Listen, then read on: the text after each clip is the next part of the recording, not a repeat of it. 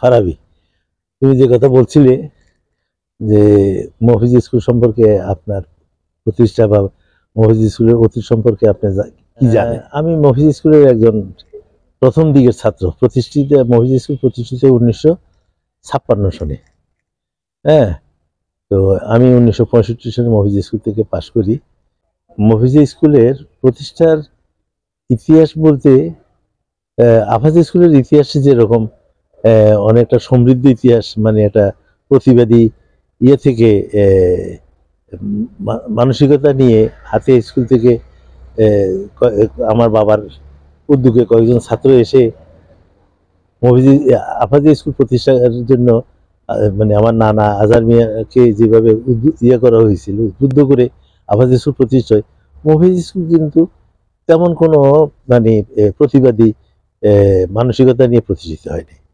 মফিজ স্কুলটা প্রতিষ্ঠা হয় মূলত মফিজ মিয়ার সন্ততিদের ভিতরে সবাই বড় হচ্ছেন আমার নানা মরহুম মোজাম্মেল আহমেদ মিয়া।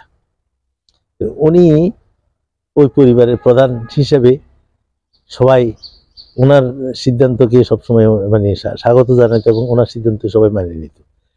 এইভাবে যখন দেখা গেল যে মফিজেতে একটা স্কুলের প্রতিষ্ঠার প্রয়োজন আছে, কারণ আফাজে অনেক দূরে পড়ে যায়, সুকচুর ইউনিয়নের অনেক লোক বা তার এই যে রামচরণ এই এলাকার অনেক ছাত্র তখন আফাজে এসে পড়ালেখা করতে পারে না, ড্রপ আউট হয়ে যায়।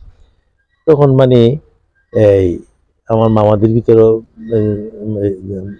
বয়স্ক যারা আছেন, মৌলভী শাহজাহান সাহেব, তারপরে আমার বাবা, তারপরে আমার নানা বিশেষ করে জবিল মিয়া যেটা প্রিন্সিপাল কাসেম সাহেবের বাবা, হ্যাঁ, তারপরে হাজি মসলুদ্দিন সাহেব সহ, তারপরে মৌলভী মজারুদ্দিন আমার নানা, ওনারা সবাই আমার নানা মোজাম্মেল মিয়ার ভাই। ওনারা সবাই একত্রিত হয়ে বললো যে হ্যাঁ একটা স্কুল প্রতিষ্ঠার ব্যাপারে ওনারা একমত হয়। তো সেই সুবাদে ওনাদের আন্তরিক সমর্থনে, কারণ স্কুলটা প্রতিষ্ঠিত মফিজ মিয়ার নামে, যেহেতু মফিজ মিয়ার সম্পত্তিতে বা মফিজ মিয়ার সম্পত্তির অর্থায়নে স্কুলটা প্রতিষ্ঠিত হবে, এই কারণে এটা মফিজ হাই স্কুলে হবে। তো প্রতিষ্ঠাতা হিসেবে মোজাম্মেল সাহেব আর তার সহযোগী হিসেবে তার ভাইদের ভিতরে মানে যদি ক্রমানুসারে ডাক্তার ওয়ালিউল্লাহ সাহেব, ওয়াজুল্লাহ মাস্টার, মোজারুদ্দিন নানা, ওনাদেরকে ধরা যায়, কিন্তু প্রতিষ্ঠাতা কিন্তু মোজাম্মেল আহমেদ মিয়া, ওনারা প্রতিষ্ঠাতা সদস্য। ওনার এই হিসেবে ওনার স্কুল হয়। 56 সনে স্কুলটা প্রতিষ্ঠিত হয় এবং সংস্কৃতিতে দেখা যাচ্ছে যে হাতিয়ার ভিতরে অন্যতম একটা মানে এই সুনামদারি একটা অঙ্গন ছিল মফিজ স্কুল। ওখানে নাটক, তারপরে যে খেলাধুলা, গান, এগুলো নিয়ে অনেক মানে আছে, গল্প আছে, অনেক কথা আছে, অনেক কাহিনী আছে। হাতিয়ার উত্তরাঞ্চলে যারা ছিল তারা সবসময় বলতো যে মফিজ হচ্ছে নাট্যশালা, হাতিয়া স্কুল হচ্ছে নাট্যশালা, কিন্তু না, মফিজ স্কুল নাট্যশালাও ছিল, মফিজ স্কুল নাট্যশালাও ছিল। এবং মফিজ স্কুলের রেকর্ড, বিশেষ করে ইরাক মিয়ার মতো একজন হেডমাস্টার, মান্নান সাহেবের মতো একজন হেডমাস্টার, শফিউল আলম সাহেবের মতো একজন হেডমাস্টার এর মতো তাদের অনন্য প্রশাসনে এবং তাদের দক্ষতায়, অভিজ্ঞতায় স্কুলকে, ছাত্রদেরকে এত বেশি সমৃদ্ধ করেছে, এটা অকল্পনীয়। এখনকার মফিজিয়ার শিক্ষা ব্যবস্থাতে যেই ল্যাব দেখা যায় বা রেজাল্টে যেটা দেখা যায়, এটা কখনো আমরা কল্পনা করতে পারি নাই।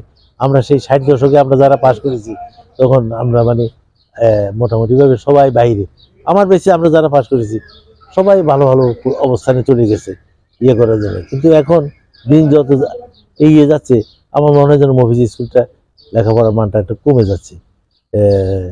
বিশেষ করে প্রশাসনিক ইয়েটা কমে গেছে। এই প্রশাসনিক ইয়ের দুর্বলতা আমার কাছে প্রতীয়মান হয়। আর আমার প্রতিষ্ঠাতা সদস্যদের ভিতরে তো সবাই শেষ। আমার নানা মোজাম্মেল আহমেদ মিয়া প্রতিষ্ঠাতা, উনি মারা গেলেন। তার সহযোগী ভাই যারা তাকে অকুণ্ঠ সমর্থন দেওয়াতে উনি সমর্থ হয়েছিলেন স্কুলটা করার জন্য, তারাও সবাই ওপারে চলে গেছেন। কাজে স্কুলটার আসলে প্রতিষ্ঠা একজন করে যায়, কিন্তু অন্যজন এটা হাল ধরতে হয়। হাল ধরার মতো লোক নাই, দুঃখ হয় মফিজার। কিন্তু আমরা তো এখনো বছরান্তে একবার বাড়ি যাই, গেলে স্কুলটার দিকে তাকালে তখন মনে কষ্ট হয়। এখন যারা প্রশাসনে আছেন মানে বিশেষ করে ব্যবস্থাপনা যারা আছেন তাদের প্রতি আমি তোমার মাধ্যমে এই আবেদনটা রাখবো যে 1956 সনে মরহুম মোজাম্মেল আহমদ মিয়ার অক্লান্ত প্রচেষ্টায় তার ভাইদের অকুণ্ঠ সমর্থনে যে স্কুলটি প্রতিষ্ঠিত হয়েছে এবং সুনাম ধরে রেখেছিল, আজকে এই 20 শতকের 10 শতকের পর থেকেই 2010-এর পর থেকে রেজাল্ট যেন ক্রমে করতেছে। ইলিয়াস সাহেব পর্যন্ত এটা ভালো ছিল, হারুন সাহেব ছিল, বিএড হারুন সাহেব ছিল, অন্যরা ছিল বিএসসি হারুন সাহেব, ওনারা ছিল, হেলাল সাহেব ছিল।